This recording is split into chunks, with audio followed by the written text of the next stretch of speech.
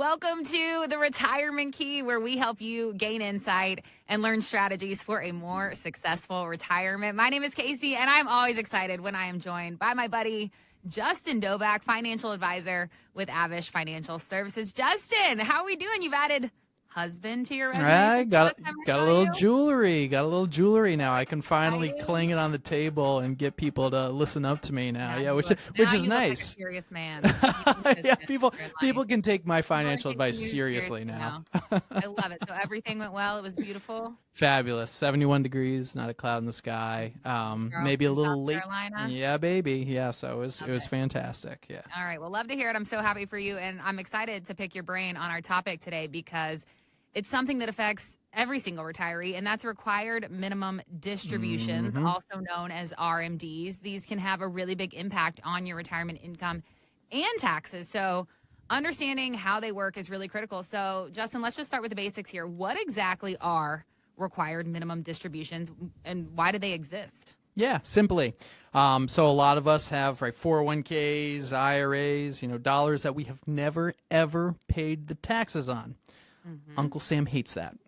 And Uncle Sam says, eventually, you're going to have to pay your taxes. And he does that through required minimum distributions. So at an age of now 73 or 75, we'll talk about that in a moment here, he basically says you must take a distribution from your tax-deferred accounts, and you must pay the ordinary income tax upon that distribution. What you do with those dollars, that's entirely up to you, and we're going to go in great detail about those options here, but basically, this is a way for Uncle Sam to finally get his taxes. That is the focus.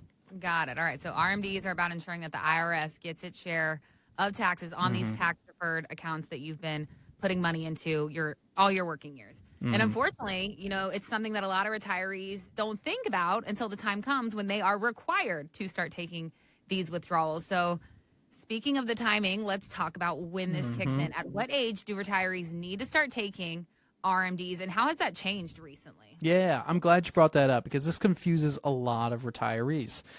Prior to 2022, the RMD age was 72. Prior to that, it was 70 and a half. Now, fast forward, the 2.0 Secure Act that came out in 2022 changed the rules to the RMD age being 73 for anyone born before 1960 and 75 if you are born after 1960, okay? So this is the time when Uncle Sam is going to start knocking on the door. Now, here's a small little innuendo that I like because people say, well, what about my birthday? What if my birthday is before April 15th? What if my birthday is after April 15th? And it's an easy response, okay? If you were born after April 15th, the year you turn your RMD age, either 73 or 75, you have the option to delay that RMD till the following year, but now you must pay 2 RMDs in that following year. Generally speaking, not the advisable strategy to go, but you do have the option to do so. If you're born before April 15th, the year you turn 73 or 75, it's time to pay up. Okay. All right. Well, these changes can really affect planning, so it's important to know your rule, your day, your year, your time. So once you hit this age, Justin, how are we figuring out the amount that we are supposed to take? What factors are contributing to determining that number for people? It is end of year account values. So 1231, okay?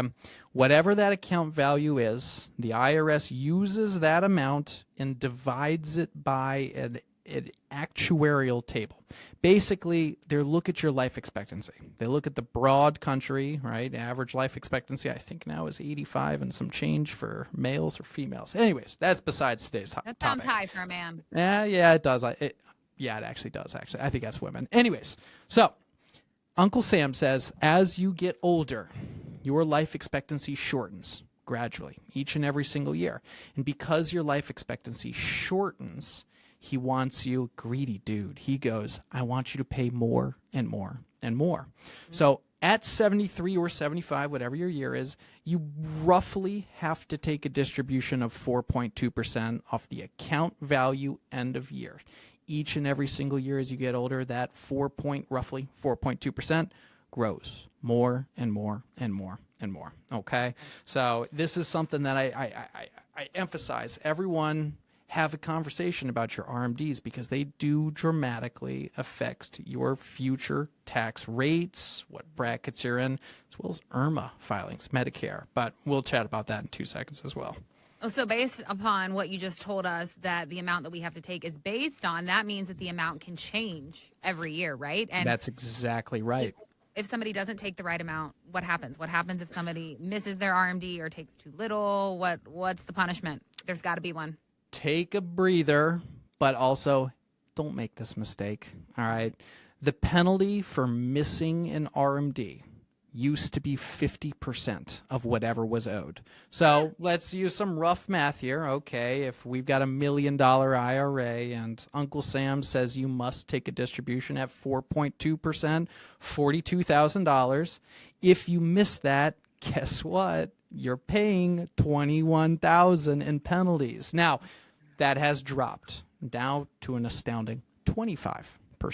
Okay? So smaller, but still sizable, especially when it is as easy as just taking a distribution out of that IRA, out of that 401k, and paying the ordinary income tax on that. So make sure that you lay out a plan. If you are like most normal folk in retirement and you have to take distributions from your IRA or 401k just to simply satisfy your lifestyle, right? A lot of times you don't even have to consider your RMD requirement because you're already satisfying that without any forceful distributions. I'm going to use that word forceful, okay? But if you're an individual who has got a lot of pensions, Social Security benefits, and everything pays for your lifestyle, guess what? Get a plan in place for that RMD because it has to come out, or else there are penalties, there are consequences that are easily avoidable. And they sound steep, so it's definitely something that you do not want to overlook. All right, Justin, beyond penalties, there's always the tax side of things, which you touched on a little bit. So how do RMDs affect your taxes, and what strategies can people be incorporating to help minimize that burden that comes with these things? Yeah, so I'm going to put 2 examples into focus here, okay? Example number 1 is my classic, right? We're in the DC area, so we've got a lot of government folk, a lot of pensions, a lot of like law enforcement pensions, FERS pensions, etc., okay? These are the folks that have been basically lied to their entire life. Lied under the assumption that once you retire, you're going to be a very low income earner. And that's the opportunity for you to now pay the taxes on all your tax deferred accounts. Guess what? Now you turn on those big pensions, those big benefits, and now you're realizing that you're probably making just as much as you were while you're working, but hey, now I've got this $40,000 RMD that I got to talk about as well. Now that throws me into immensely higher brackets, okay?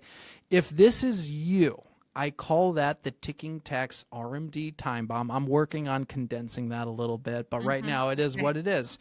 If you are concerned that you are going to be thrown into huge brackets for your RMDs, you're probably right. And you probably should have a conversation sooner rather than later to put a tax planning strategy in place, most notably Roth conversions, all right?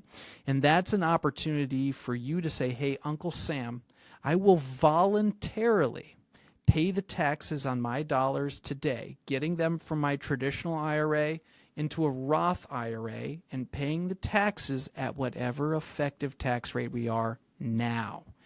If that now is a significantly lower tax rate, guess what? You're going to be paying a discount on your dollars instead of waiting until that 73, 75 and just saying, hey, wherever tax rates are at that time, I'll pay them. Because guess what? Right now, we are in a historically low tax rate environment. Take advantage of that. Right. If it makes sense. Not always do Roth conversions make sense, but please turn that stone over. Double check, make sure that that is something that's applicable to you, something that can be implemented. And if so, you will be saving thousands and thousands and thousands of dollars on taxes in your lifetime. All great points, and that really emphasizes how planning ahead can make all the difference for you. So it's important to incorporate the help of a professional when you're making these plans. Now, I know there have got to be some exceptions, Justin. So let's touch on those. What exceptions or special rules for certain accounts or situations should people be aware of here? Yeah, absolutely. Now, one of the big questions that I always get in my meetings is, okay, Justin, well, if I have my RMD requirement, and we're talking about Roth conversions as well, can I just put my RMD into a Roth IRA? And the answer is no, you can't. Uncle Sam says that would be too sweet of a deal. Here's the catch, though. You can continue to perform Roth conversions once you're in your RMD years, 73 or 75, but the RMD must be satisfied first. All right, so if John and Jane Doe, $1 million IRA, they want to do a conversion, they must first satisfy that $42,000 RMD. Once the taxes have been paid on that, then you can perform Roth conversions beyond then. But typically, Roth conversions don't make a lot of sense beyond the RMD ages. Usually, they can still apply if someone's very legacy focused and they want to get dollars in as much into the Roth bucket as possible so that when they pass their wealth down to their kids, family, loved ones, it's going to them tax-free. Right now, if you pass down an inherited traditional IRA, you're giving them the 10-year rule. And a lot of times that poses a big tax problem to them as well. So just some things to consider, as well as qualified charitable donations, which I just want to touch on really quick. Another option for your RMDs is you can say, hey, Uncle Sam, I'm really charitably inclined. And instead of taking dollars out of my back pocket to put it in the basket at church on Sunday each and every single week, I'm going to donate my RMD from my IRA to a 501c3b organization. Think of foundations. Think of the big guys, Leukemia Foundation, Red Cross, right, St. Jude's, those big names like that. What you can do is you can direct up to $108,000 each and every single year from your RMD directly to a foundation, and Uncle Sam will say, hey, that checks out. You can deduct that off of your taxable income for that given year. So a lot of those charitably inclined folks, this is another tax planning strategy to help you keep those taxes within reasonable limits. Yeah. Okay. All right. A lot of things to keep in mind here. Real quick before we go, we like to be proactive around here, Justin. So what steps should retirees be taking now to prepare for future RMDs? How can we plan ahead? Absolutely.